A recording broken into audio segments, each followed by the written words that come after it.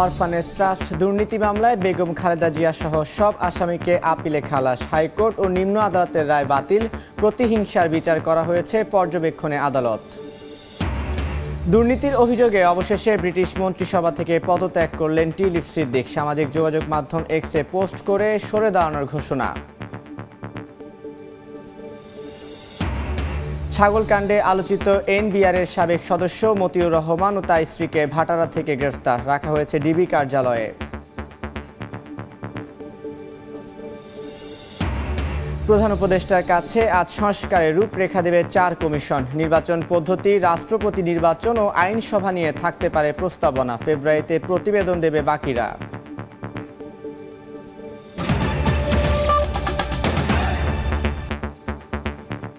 সময়ের সংবাদের সঙ্গে আছি আমি তানভীর হাসান।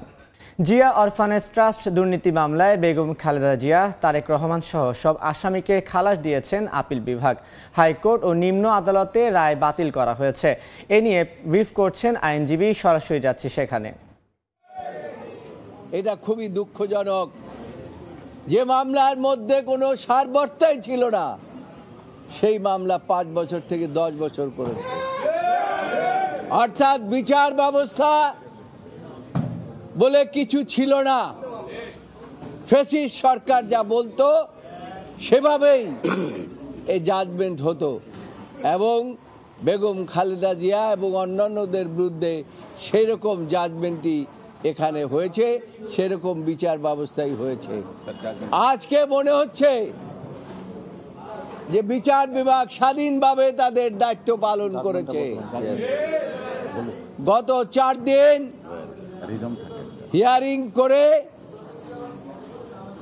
আজকে তারা পুঙ্খানুপুঙ্খরূপে সমস্ত কিছু বিশ্লেষণ করে, সমস্ত এভিডেন্স বিশ্লেষণ করে সর্বসম্মতভাবে আজকে তারা জাজমেন্ট দিয়েছে। জাজমেন্টে প্রথমেই বলেছে যে অ্যাপিল ইজ অ্যালাউড, সাথে সাথে আরো বলেছেন যে নিম্ন আদালতের যে রায় দেওয়া হয়েছে, হাইকোর্ট যে রায় দেওয়া হয়েছে সেগুলোকে বাতিল করে দেওয়া হলো। এবং আরো বলেছেন যে এই মামলায় যারা আপিল করতে পারেন নাই, জনাব তারেক রহমান সহ সকলকেই তিনি খালাস দিয়েছেন এই আদালত। এবং আরো বলেছেন এই সমস্ত মামলায় যে সমস্ত বেল বন্ড দেওয়া হয়েছে সেই বেল বন্ড ও আর থাকলো না। তাই এই প্রসিকিউশন ছিল একটা মেলিশিয়াস প্রসিকিউশন। এইটা মেলিশিয়াস মানে হচ্ছে একটা বিদ্বেষমূলক এবং প্রতিহিংসামূলক। এবং কার বিরুদ্ধে প্রতিহিংসা? পুরো জিয়া পরিবারের উপরে প্রতিহিংসা, সারা বাংলাদেশের বিরুদ্ধে প্রতিহিংসা। সেই প্রতিহিংসার আজকে আমাদের দেশের সর্বোচ্চ আদালত আজকে ন্যায় বিচার করে সেই প্রতিহিংসা থেকে আমাদেরকে মুক্ত করলেন, আমাদের নেত্রীকে মুক্ত করলেন, আমাদের ভারপ্রাপ্ত চেয়ারম্যানকে মুক্ত করলেন এবং পুরো জাতিকে মুক্ত করলেন। এই জন্য আদালতের প্রতি আমরা কৃতজ্ঞ। আমরা আপনাদের প্রতি কৃতজ্ঞ এই কারণে আপনারাও দীর্ঘদিন পর্যন্ত পরিশ্রম করেছেন এবং এই মামলা নিয়ে আপনাদের 17 বছর পর্যন্ত আপনাদের অনেক কষ্ট আপনারা করেছেন। এর প্রতি আপনারা রেগেছিলেন।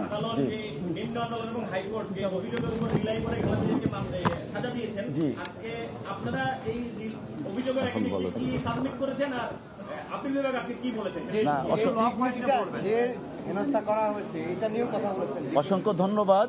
আমরা প্রথমেই মহান আল্লাহ তাআলার দরবারে কৃতজ্ঞতা জ্ঞাপন করছি। মহামান্য সুপ্রিম কোর্টের অ্যাপিলেট ডিভিশনের 4 কোর্ট থেকে দেশনেত্রী বেগম খালেদা জিয়া সহ জনাব তারেক রহমান সাহেব এবং অপরাপর সকল আসামি ন্যায় বিচার পেয়েছেন, আলহামদুলিল্লাহ। সেই সাথে আমরা আজকে এই মামলায় যারা সম্পৃক্ত ছিলেন, মরহুম এজে মোহাম্মদ আলী সাহেব, মরহুম খন্দকার মাহবুবুর রহমান স্যার, মাহবুব হোসেন স্যার এবং মরহুম ব্যারিস্টার জমির উদ্দিন সিরকার স্যার সহ মরহুম ব্যারিস্টার মওদুদ আহমেদ স্যার, উনারা এই মামলায় সম্পৃক্ত ছিলেন। আমি দুঃখিত, সিরকার স্যার চলে আসছেন, উনি কিন্তু এখনো আছেন, আমাদেরকে নেতৃত্ব দিচ্ছেন। আমি দুঃখিত, মামলা ছিলেন, হ্যাঁ ঠিক আছে, উনি মামলা এখনো আছেন।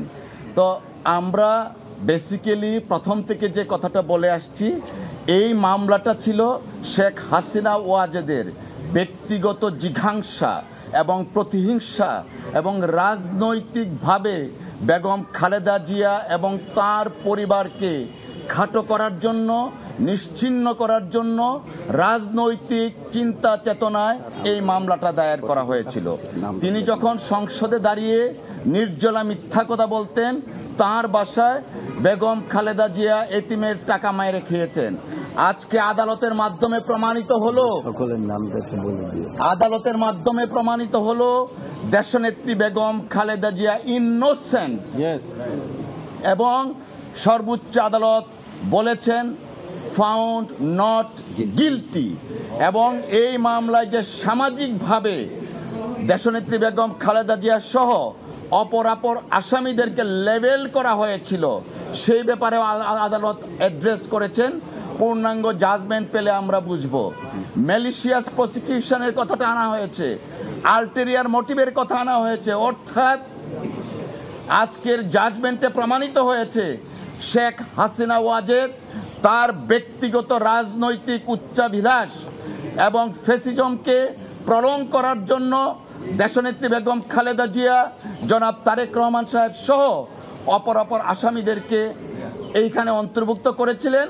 এবং পরবর্তীতে মহামান্য হাইকোর্টের একটি বিভাগ, দুঃখ লাগে, অ্যাপিলেট ডিভিশন থেকে বলে দিল 4 মাসের মধ্যে আপিল নিষ্পত্তি করতে হবে। সবকিছু ছিল পলিটিক্যাল স্কিম। 5 বছরের সাজা 10 বছর করেছিল। তারা সকলেই আজকে মহামান্য আদালতের এই রায়ের মাধ্যমে প্রমাণিত হয়েছে। আনফরচুনেটলি বেগম খালেদা জিয়ার উপর, জনাব তারেক রহমান সাহেবের উপর অবিচার হয়েছিল। আজকের এই মহামান্য আদালতের রায়ে এটাও বলেছেন আপিল অ্যালাউ করা হলো, সমস্ত judgement, both the judgement of the high court division, যে দুইটা জাজমেন্ট হয়েছিল 5 বছর এবং 10 বছর, সেটা বাতিল। ট্রায়াল কোর্টের যে জাজমেন্ট সেটাও বাতিল। এবং নন অ্যাপিলিং যারা ছিলেন, অর্থাৎ জনাব তারেক রহমান সাহেব, উনিও আজকে মহামান্য সুপ্রিম কোর্টের সর্বোচ্চ আদালত দ্বারা ইনোসেন্ট নট গিলটি প্রমাণিত হলো। আপনাদের সকলকে ধন্যবাদ।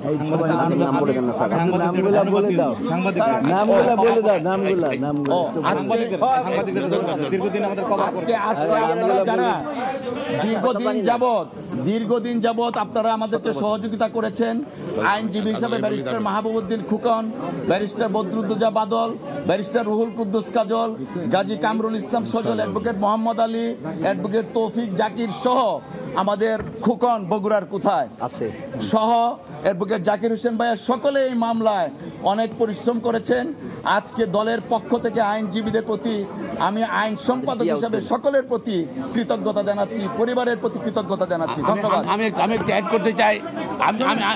আদালতের পর্যবেক্ষণ বলি, আদালতের পর্যবেক্ষণ যেটা বলেছেন আমাদের নেতৃবৃন্দ, একটু কাইন্ডলি আপনারা যদি একটু কাইন্ডলি শোনেন।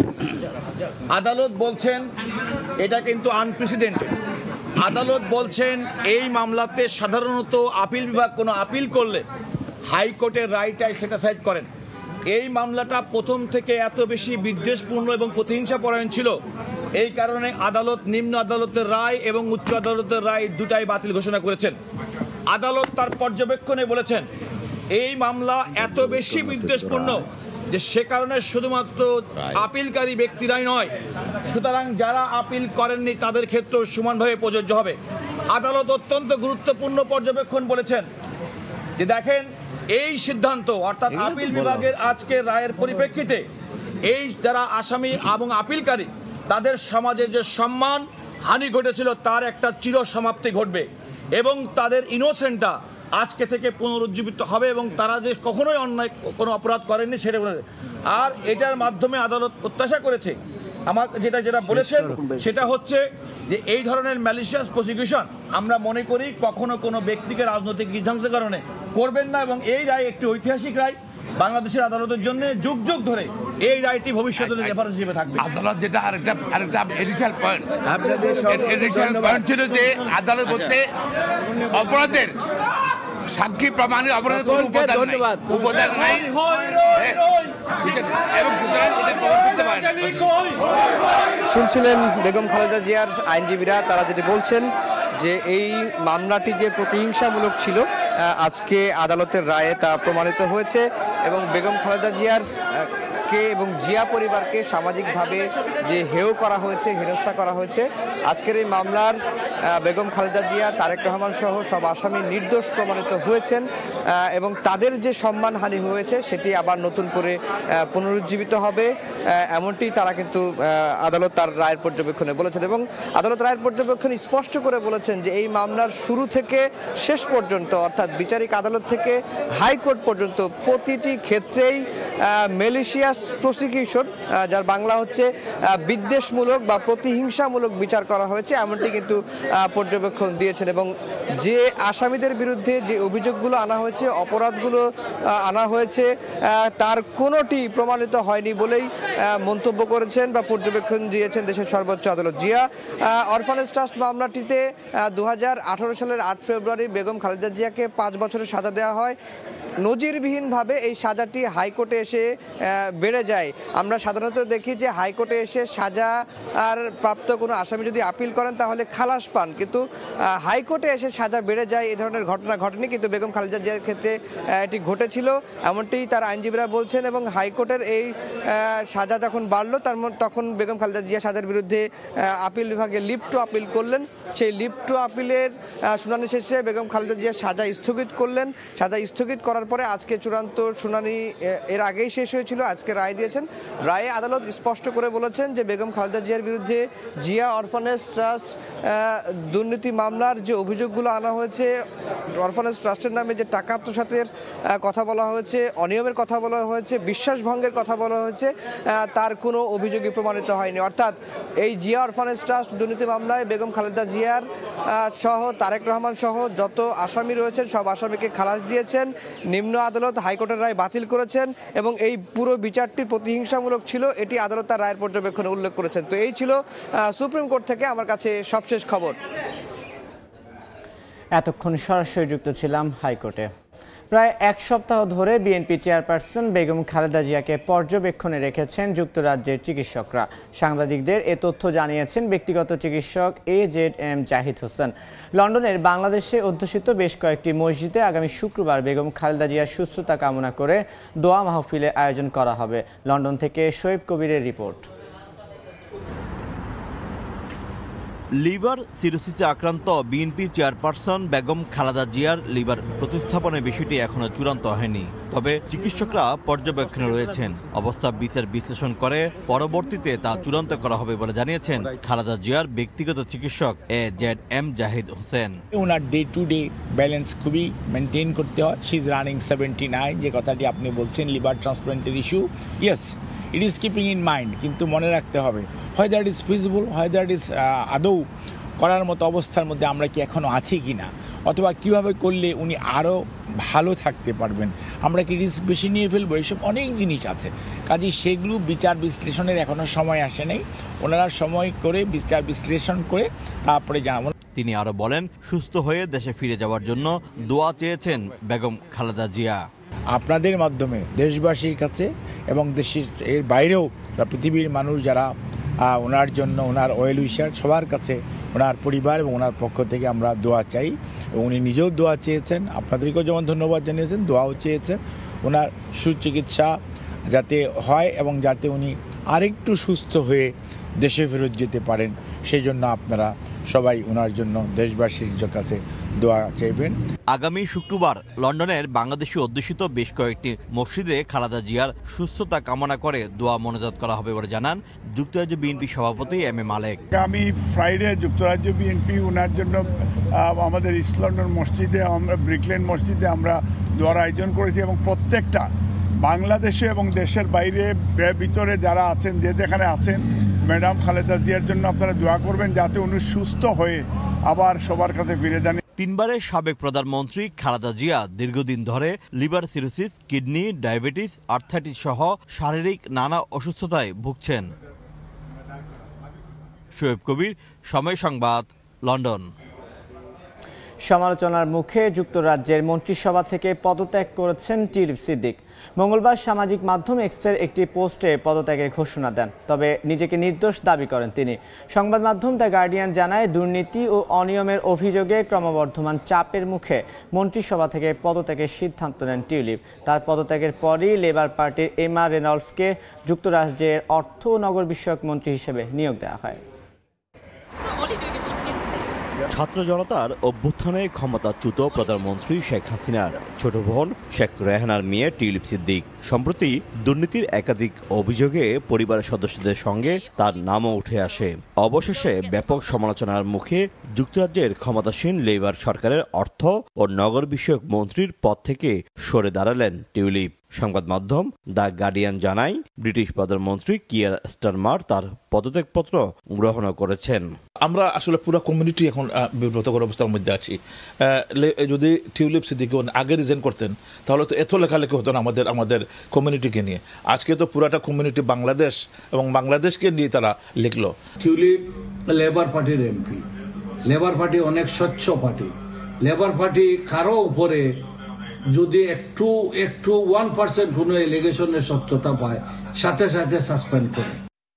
নিজেকে নির্দোষ দাবি করে টিউলিপ তার বিরুদ্ধে তদন্তকারী সংস্থা মিনিস্ট্রিয়াল স্ট্যান্ডার্ডসের একটি তদন্তের কথা উল্লেখ করেন। দাবি করেন সংস্থাটির উপদেষ্টা লরি ম্যাগনাস তার বিষয়টি পর্যালোচনা করার পর নিশ্চিত করেছেন যে তিনি মন্ত্রিত্বের নিয়ম লঙ্ঘন করেননি। তবে এই ঘটনায় তার রাজনৈতিক ক্যারিয়ারে টানপোড়েন দেখা দেবে বলে মনে করেন বিশ্লেষকরা। যতখানি তিনি আগে গেছেন ততখানি তিনি তার ধরাস, ততখানি তিনি পিছিয়ে গেছেন এই আজকের এইসব ঘটনাতে। ব্রিটিশ বাংলাদেশি যারা এইখানে মেইন স্ট্রিম পলিটিক্স করছে বা অদূর ভবিষ্যতে পলিটিক্স করতে চায়, তাদের জন্য কিন্তু এটা একটা অশনি সংকেত।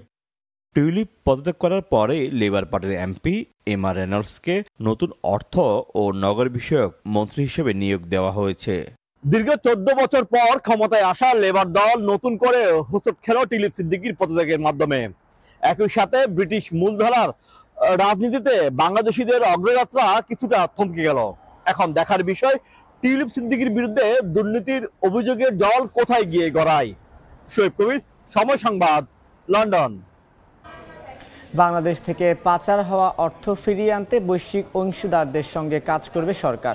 মঙ্গলবার রাতে যুক্তরাজ্যের মন্ত্রিসভা থেকে টিউলিপ সিদ্দিকের পদত্যাগের ঘোষণার পর এক বিবৃতিতে কথা জানিয়েছেন প্রধান উপদেষ্টার প্রেস উইং। বিবৃতিতে বলা হয়, রূপপুর পারমাণবিক বিদ্যুৎ কেন্দ্রের $5 বিলিয়ন অপব্যবহার নিয়ে চলমান তদন্ত পূর্ববর্তী সরকারের দুর্নীতির চিত্র প্রকাশ করে। এসব দুর্নীতি বাংলাদেশের অগ্রগতিকে ব্যাহত করেছে। বিপুল অর্থ পাচারের ফলে দেশে আর্থিক ঘাটতি দেখা দিয়েছে। বাংলাদেশ থেকে পাচার হওয়া টাকা ফিরিয়ে আনতে আন্তর্জাতিক আইন প্রয়োগকারী সংস্থাগুলোর সঙ্গে কাজ করবে সরকার। যুক্তরাজ্য সহ সব বন্ধু রাষ্ট্র এমন অপরাধের বিচারের জন্য বাংলাদেশের জনগণের পাশে দাঁড়াবে।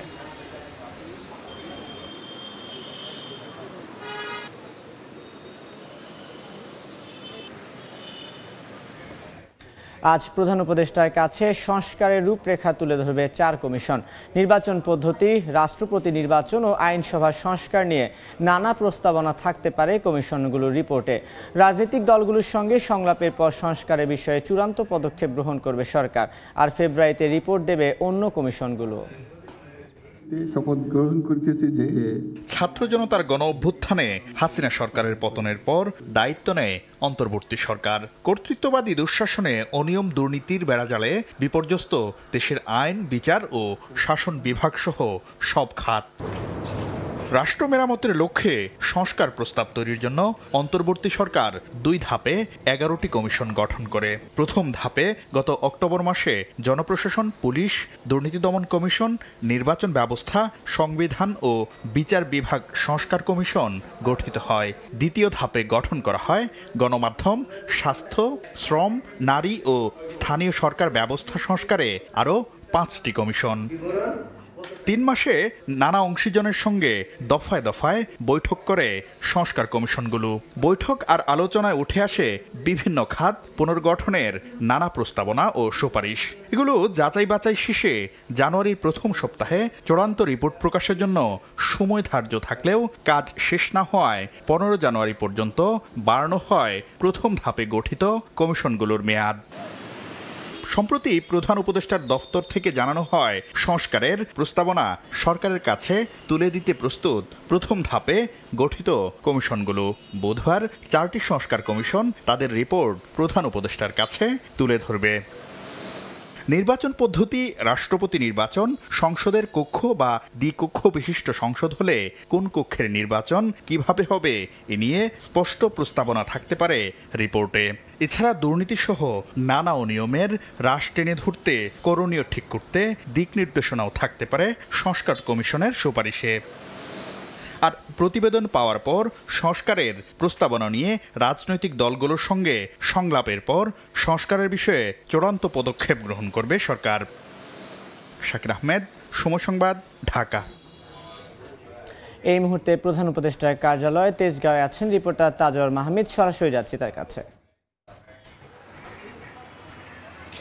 প্রথম দফায় গঠিত 6টি সংস্কার কমিশনের মধ্যে আজকে 4টি সংস্কার কমিশনের প্রধান এবং সংস্কার কমিশনের যারা ব্যক্তিবর্গ ছিলেন তারা কিন্তু প্রধান উপদেষ্টার কাছে এসে তাদের প্রতিবেদন পেশ করবেন এবং গত 90 দিনের বেশি সময় অর্থাৎ প্রায় 105 দিন তারা কি পেয়েছেন, আসলে কি কি খাতে সংস্কার করার প্রয়োজন সে বিষয়ে তারা আজকে প্রধান উপদেষ্টার কাছে জানাবে এবং উপদেষ্টা মণ্ডলী সেই প্রেক্ষিতে আসলে রাষ্ট্রের এই সব খাতগুলোতে বিশেষ করে আজকে যে 4টি সংস্কার কমিশন তাদের প্রতিবেদন পেশ করবে তার মধ্যে রয়েছে পুলিশ সংস্কার কমিশন, দুর্নীতি দমন কমিশন সংস্কার কমিশন এবং নির্বাচন সংস্কার কমিশন এবং সংবিধান বিষয়ক সংস্কার কমিশনের যে প্রতিবেদন সেটি পেশ করা হবে এবং রাষ্ট্রের এই সব খাতে কি কি ধরনের সংস্কার প্রয়োজন সেগুলো সুপারিশ লিপিবদ্ধ থাকবে সেই প্রতিবেদনে।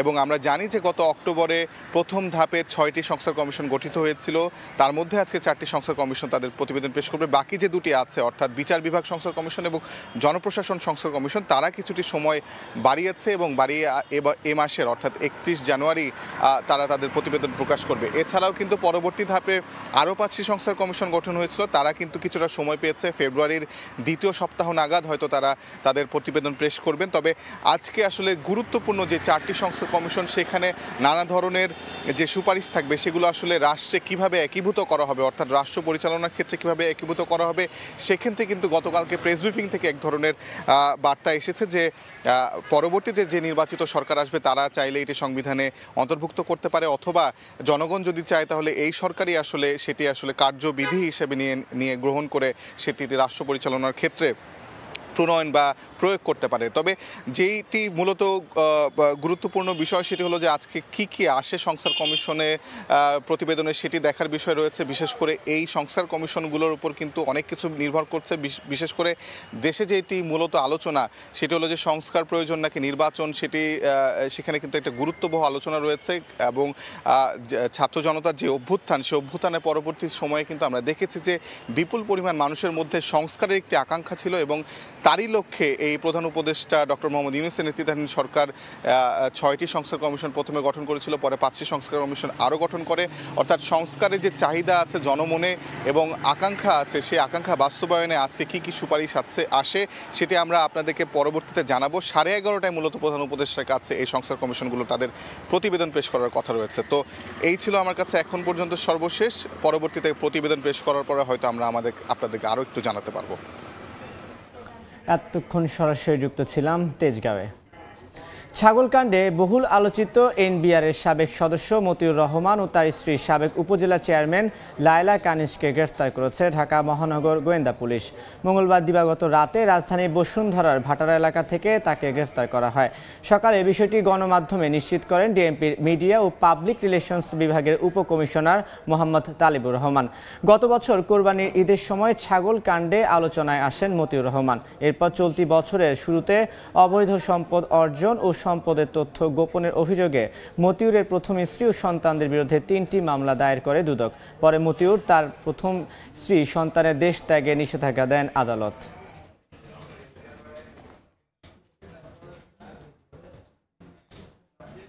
এই মুহূর্তে রাজধানীর মিন্টু রোডে ডিবি কার্যালয়ের সামনে আছেন রিপোর্টার শফিকুজ্জামান রুবেল। সরাসরি যাচ্ছি তার কাছে।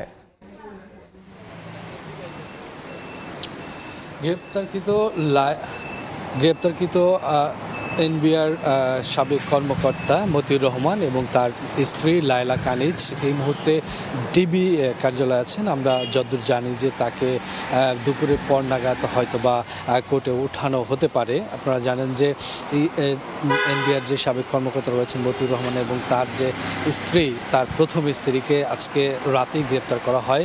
তাদের বিরুদ্ধে কিন্তু বেশ কিছু মামলা রয়েছে, তবে সম্প্রতি কিন্তু তিনি এবং তার যে সন্তান রয়েছেন তাদের বিরুদ্ধে কিন্তু দুদক পৃথক 3টি মামলা করেছে এবং সেই মামলার পরিপ্রেক্ষিতে কিন্তু তাদের বিরুদ্ধে তদন্ত হচ্ছিল। তাদের বিরুদ্ধে কিন্তু আয় বহির্ভূত যেই সম্পদ রয়েছে, এছাড়া তাদের নামে বেনামে যে সম্পদ রয়েছে সেই সম্পদের বিবরণী চেয়ে কিন্তু কয়েকদিন আগে দুদক তাদেরকে চিঠি দিয়েছিল। তারা কিন্তু সেই সম্পদের বিবরণীও দিয়েছে। সেখান থেকেই যখন তদন্ত করে কিন্তু তাদের বেশ কিছু সম্পদের, অবৈধ সম্পদের প্রমাণ পেয়েছে দুদক। সেই সাথে অনৈতিক বা অর্থ উপার্জনে যেই তথ্য গোপন করেছে সেই তথ্য উপাত্ত কিন্তু দুদক পেয়েছে। তার পরিপ্রেক্ষিতে তাদের বিরুদ্ধে মামলা হয় এবং তাদেরকে যে গ্রেপ্তার করা হয়েছে তার প্রথম স্ত্রী, তিনি কিন্তু নরসিংদীর উপজেলা চেয়ারম্যানও ছিলেন।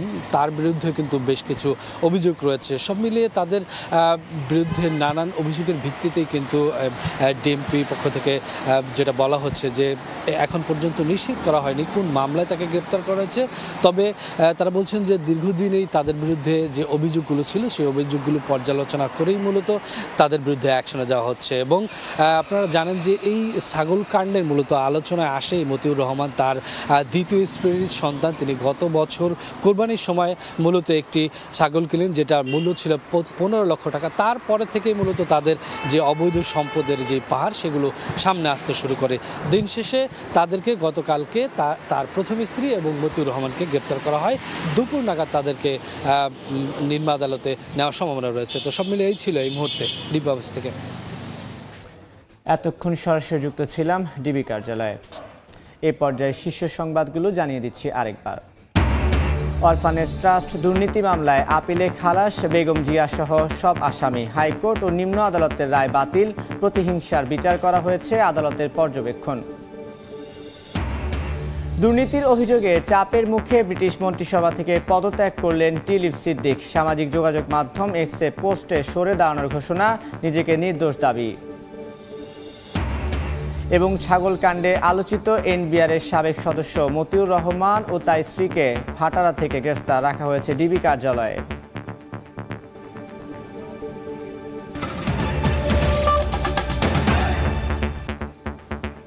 এই ছিল সময় সংবাদে, সঙ্গে থাকুন সময়ে।